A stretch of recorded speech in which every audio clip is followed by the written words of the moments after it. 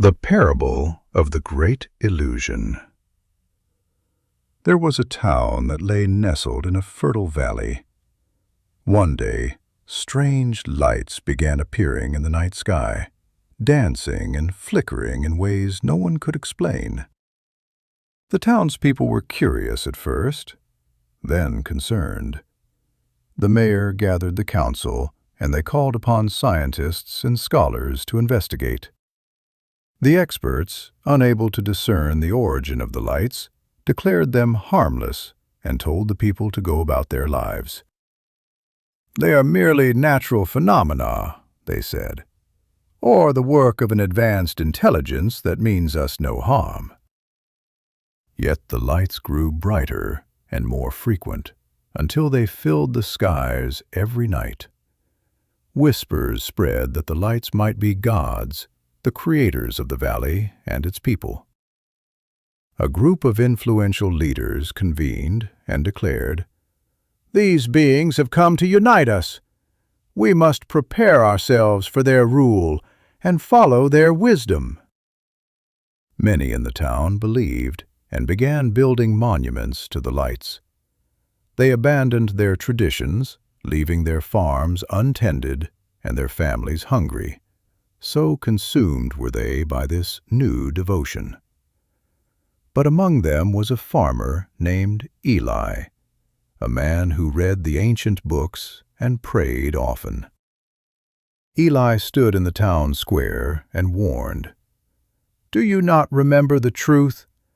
The Creator of the heavens and the earth is not hidden in the lights of the sky, but revealed in His Word.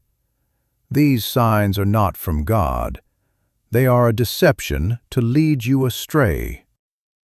The leaders scoffed, saying, "Eli, you are a fool and a fearmonger. These beings offer us peace and unity." The crowd cheered, for they loved the idea of unity under the lights. But Eli persisted, saying, "The God of heaven has told us the truth. A time will come when false signs and wonders will deceive many, but those who remain steadfast in Him will endure."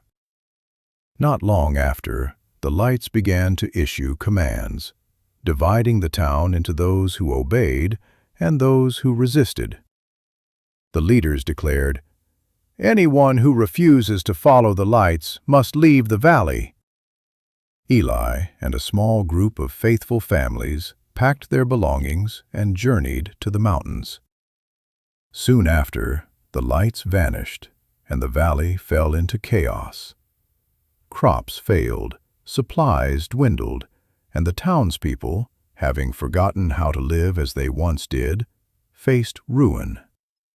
In the mountains, Eli and the others thrived, for they had not forgotten the ways of the Creator and relied on His provision. Reflection. This parable reflects the potential for deception in the last days, as foretold in Scripture. Jesus warned, "For false Christs and false prophets will rise and show great signs and wonders to deceive, if possible, even the elect." Matthew 24:24. Paul described the coming of the lawless one with all power, signs, and lying wonders. 2 Thessalonians 2:9. The lights in the parable symbolize the seductive power of deception, whether through technology, spiritual forces, or human manipulation.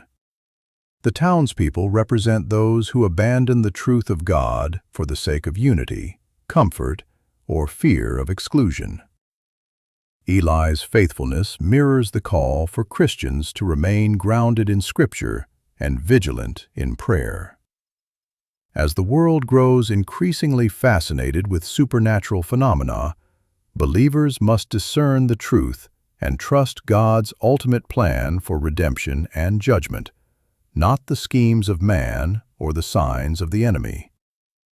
Just as Eli led his group to safety, God promises to protect and guide those who trust Him, even amidst trials and deception.